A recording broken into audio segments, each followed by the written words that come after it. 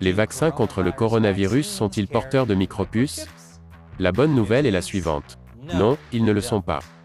La mauvaise nouvelle est que, c'est encore plus bizarre.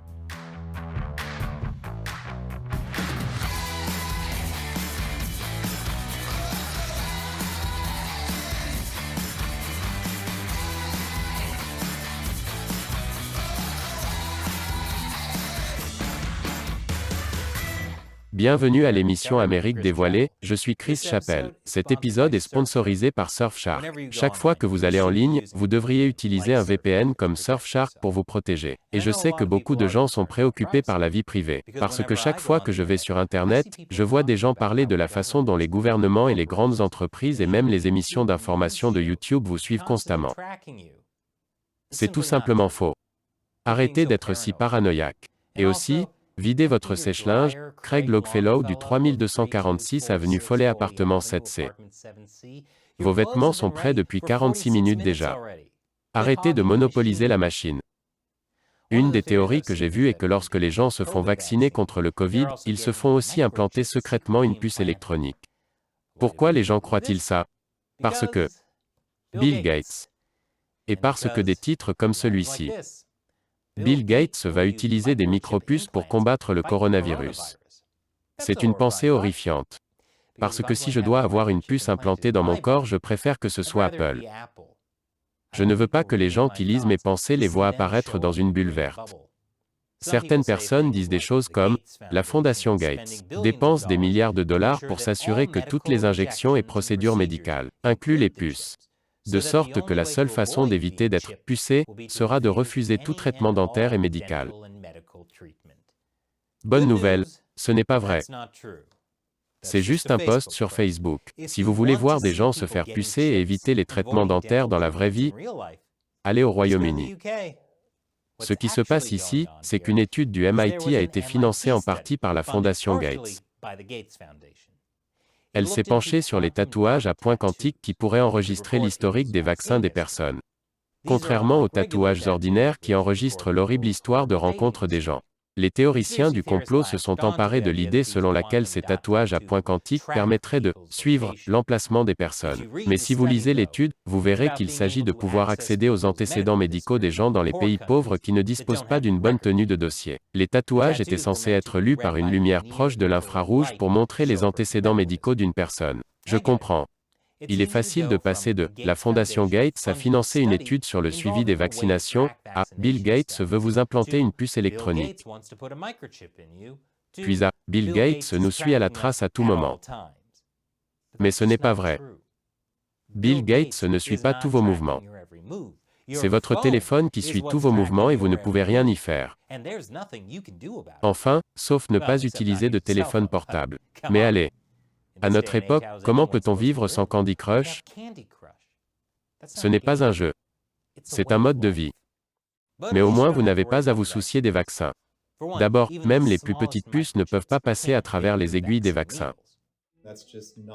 C'est tout simplement impossible en raison de la taille requise pour la puce. Deuxièmement, cette micropuce devrait avoir une source d'énergie associée. Et puis, en plus, cette source d'énergie devrait transmettre un signal à travers au moins quelques centimètres de muscles, de graisse et de peau vers un dispositif distant, ce qui, encore une fois, n'a aucun sens. Et encore une fois, votre téléphone vous suit déjà. Donc Bill Gates n'a pas besoin de vous implanter une micropuce. Il sait que vous reviendrez toujours pour ce doux crush. Mais voilà la partie bizarre. La partie bizarre est 100% vraie. Alors que Bill Gates, le gouvernement, le docteur Fauci ou qui que ce soit n'injecte pas secrètement des puces aux gens, beaucoup de gens s'injectent intentionnellement des puces. Une partie de cela a à voir avec les passeports vaccinaux. Je vous en dirai plus après la pause. Nous sommes de retour. Il n'y a peut-être pas de micropuces dans les vaccins, mais cela ne veut pas dire que les gens ne se les font pas injecter. Il y a une communauté grandissante de personnes qui s'injectent volontairement des micropuces. Qui sont-ils? Des drogués, des robots? Super. On passe de l'épidémie d'opiacés à l'épidémie d'androïdes. Selon une société spécialisée dans ce domaine, entre 50 000 et 100 000 personnes dans le monde se sont fait implanter des puces. Et la Suède est au centre de tout ça. Les gens s'y font implanter des puces depuis au moins 2014. J'ai un implant de puce. C'est pour ça que les portes me laissent entrer. Où est la puce? La puce est juste à l'intérieur, ici. Elle peut contenir des données de contact. Je pense que ça peut faire beaucoup d'autres choses dans le futur. En plus d'ouvrir les portes, ça leur permettra d'utiliser les photocopieuses et éventuellement de se connecter aux ordinateurs ou de payer la nourriture au café. Aussi étrange que cela puisse paraître, ces puces ne sont certainement pas les plus dangereuses que les Européens s'enfoncent dans leur corps. Les Suédois ont également utilisé des puces pour se déplacer dans les trains. Lorsque le contrôleur passe, il lui suffit de scanner la puce avec son smartphone. Je fais la navette 4 ou 5 fois par semaine, alors le fait d'avoir cette puce me facilite grandement la tâche. J'ai l'impression de faire gagner du temps à tout le monde. Les puces sont personnalisables et, à mesure que la technologie progresse, elles présentent également de nouvelles fonctionnalités. Et non, ces fonctionnalités ne sont pas de véritables adblocks. J'aurais bien aimé. Nous avons créé un nouvel implant qui n'est pas une puce. C'est un dispositif complet où vous pouvez ajouter différentes lumières, différentes vibrations, différentes fonctions. La Suède est une société très technique, et je pense que c'est la principale explication pour laquelle beaucoup de Suédois adoptent les implants à puce. Les Suédois n'ont pas hésité à se mettre à jour avec la nouvelle version. Des milliers d'entre eux ont déjà des implants à puce qu'ils utilisent dans leur vie quotidienne, agitant la main pour entrer dans une salle de sport, confirmer leur identité ou effectuer des paiements. Un court instant de douleur ne les rebute pas, ils deviennent mi-suédois, mi-machine. Moitié suédois, moitié machine. Donc Dolph Lundgren. On ne peut pas blâmer quelqu'un de vouloir être plus comme Ivan Drago par ici. Évidemment, il y a des risques avec cette technologie. Un microbiologiste d'un groupe de réflexion suédois a déclaré: conceptuellement, vous pourriez obtenir des données sur votre santé, sur vos allées et venues, sur la fréquence et la durée de votre travail, sur vos pauses toilettes, etc. Toutes ces données pourraient être collectées. Comme dans collectées par quelqu'un d'autre. Que ce soit des hackers ou votre employeur. En gros, c'est le pire cauchemar d'un employé. À part avoir un anaconda qui s'échappe sur le lieu de travail. J'ai des rêves bizarres. Alors pourquoi les Suédois, en particulier, sont à l'aise avec ça? Cela a beaucoup à voir avec la foi des gens dans le potentiel de la technologie. La Suède est fortement investie dans la technologie. Parmi ses principales exportations figurent les voitures, les pièces détachées et les équipements de radiodiffusion, ainsi que d'indéchiffrables manuels d'instruction de meubles. Investissez une partie de votre technologie dans la logique d'IKEA, Suède. Les Suédois qui ont lancé la mode des micropuces organisent des fêtes de l'implant dans des pays comme les États-Unis, le Royaume-Uni, la France, l'Allemagne et le Mexique. Oh, mec, quelle fête hier soir! Je me suis réveillé ce matin avec une gueule de bois et une puce électronique. Bien qu'à Los Angeles, les micropuces ne sont pas les implants les plus ridicules que quelqu'un puisse recevoir. Certaines personnes sont tellement enthousiastes à l'idée d'avoir une puce qu'elles en implantent plus d'une. Certaines personnes en ont plus de 30. Donc, ces puces sont comme des lèzes. Je parie que vous ne pouvez pas en implanter une seule. Il y a un nom pour cette partie de l'homme, partie de la machine. Il s'appelle cyborg. Et même si ce n'est pas encore le niveau de l'inspecteur gadget, ça s'en rapproche. Si vous êtes comme moi, vous êtes un peu effrayé par un morceau de technologie sous votre peau qui peut émettre un signal.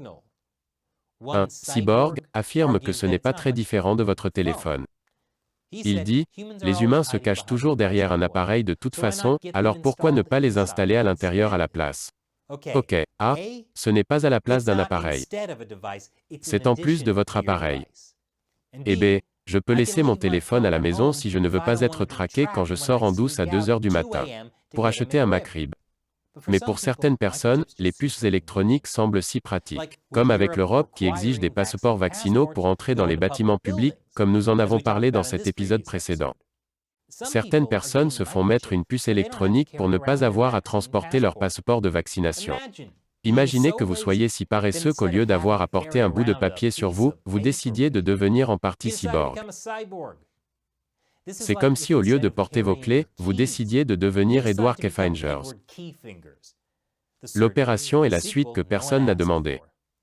Vous vous demandez peut-être si, avec toutes ces données stockées dans leur corps, ils ne craignent pas qu'elles soient volées ou que leur emplacement soit suivi. Jusqu'à présent, ces puces n'ont pas la capacité d'envoyer des signaux GPS comme le fait votre téléphone. Elles doivent être placées à quelques centimètres d'un appareil de lecture alimenté pour transmettre des données. Mais si vous vivez dans des pays comme la Corée du Sud ou Singapour, les puces pourraient être utilisées pour vous suivre à la trace. Je vous en dirai plus après la pause. Bienvenue à nouveau. Certains pays comme la Corée du Sud et Singapour ont ratissé large pour collecter les données des citoyens.